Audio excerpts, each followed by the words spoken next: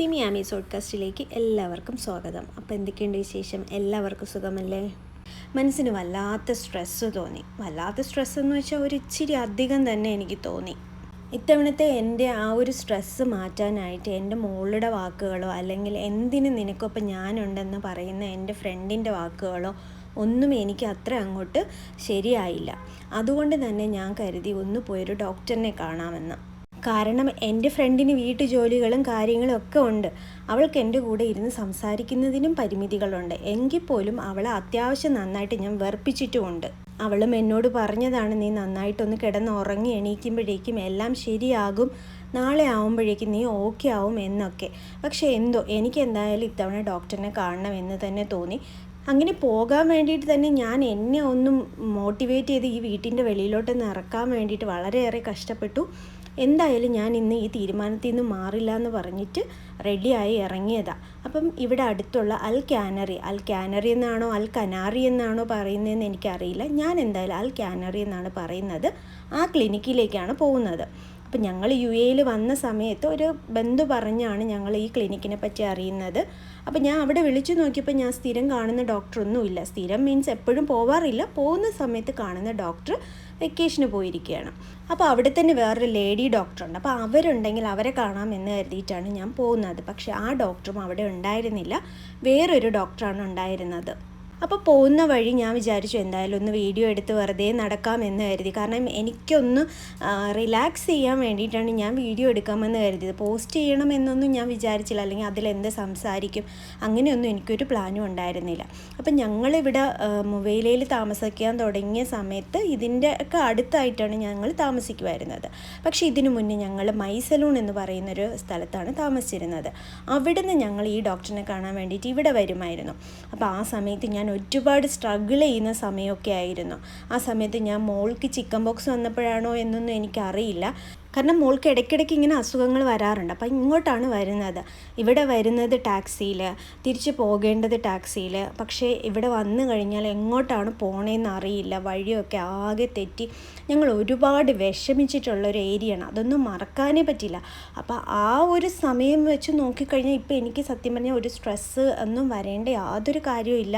മനസ്സമാധാനം ആയിട്ട് തന്നെയാണ് ഞാനിപ്പോൾ ജീവിക്കുന്നത്. പക്ഷേ എന്തോ എനിക്ക് ചില കാര്യങ്ങൾ വരുമ്പോഴേക്കും ഞാൻ വല്ലാതെ അങ്ങ് സ്ട്രെസ്ഫുള്ളാവും. എന്നെ തന്നെ നിയന്ത്രിക്കാൻ പറ്റുന്നില്ല. കരയണമെന്നൊക്കെ ഭയങ്കരമായിട്ട് അങ്ങനെ തോന്നും. അപ്പോൾ ഇത് കേൾക്കുന്നവർ വിചാരിക്കരുത് എനിക്കെന്തോ വലിയ ഇഷ്യൂസോ അല്ലെങ്കിൽ മാനസികമായ എന്തോ അങ്ങനെ ഒന്നുമില്ല. ഇടയ്ക്ക് ഞാൻ ഒറ്റയ്ക്കായതുകൊണ്ട് കുറേ സമയം ഒറ്റയ്ക്കിരിക്കുന്നു, പല കാര്യങ്ങൾ ചിന്തിക്കുന്നു, പല കാര്യങ്ങൾ എനിക്ക് ചെയ്യണം.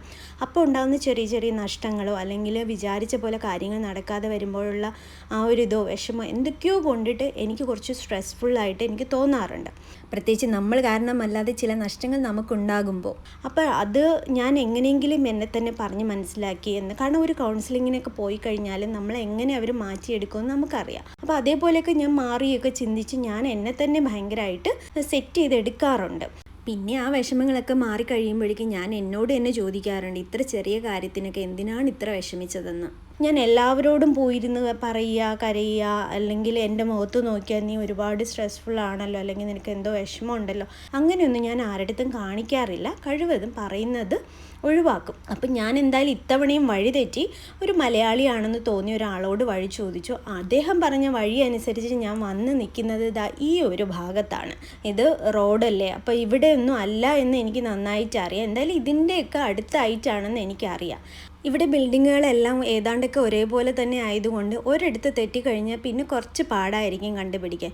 പക്ഷേ എന്തായാലും അവിടെ നിന്ന് ഞാൻ തിരിഞ്ഞു നടന്നു. എനിക്കൊരു ഐഡിയ ഉണ്ടായിരുന്നത് കൊണ്ട് ആ ഭാഗത്തേക്കാണ് ഞാൻ മുന്നേ പലവട്ടം വന്ന് വഴി തെറ്റിയിട്ടുള്ള ഏരിയ ആണല്ലോ. അപ്പോൾ അതുകൊണ്ട് തന്നെ എനിക്ക് ഇത് കണ്ടുപിടിക്കാൻ പറ്റി. ഇല്ലെങ്കിൽ ഞാൻ നടന്ന് ആരോടെങ്കിലും ചോദിച്ച് കണ്ടെത്തുമെന്ന് എനിക്ക് ഉറപ്പുണ്ടായിരുന്നു. അങ്ങനെ എന്തായാലും ഞാൻ ക്ലിനിക്കിലേക്ക് പോയി. ഞാൻ ഈ കാണാൻ പോകുന്നത് ഒരു സൈക്കാട്രിസ്റ്റോ സൈക്കോളജിസ്റ്റോ ഒന്നുമല്ല, ജനറൽ മെഡിസിൻ്റെ ഡോക്ടേഴ്സിനെയാണ് ഞാനിവിടെ കാണാൻ വരുന്നത്. കാരണം ഇതുവരെയും എനിക്കോ മോൾക്കോ ഒരു പനിയോ ചുമയോ വരുമ്പോൾ മാത്രം വരുന്നൊരു സ്ഥലമാണിത്. ഈ ക്ലിനിക്കിൽ സൈക്കോളജിസ്റ്റോ സൈക്കാട്രിസ്റ്റോ ഇല്ല. അപ്പോൾ എനിക്ക് ഇന്നൊരു ദിവസം കടന്നു കിട്ടണം, ഈ സ്ട്രെസ്സൊന്നും ഒഴിവാക്കി കിട്ടണം എന്നുള്ളത് കൊണ്ട് മാത്രമാണ് ഞാൻ ഇവരെ ഈ ജനറൽ ഫിസിഷ്യനെ കാണാനായിട്ട് വന്നത്.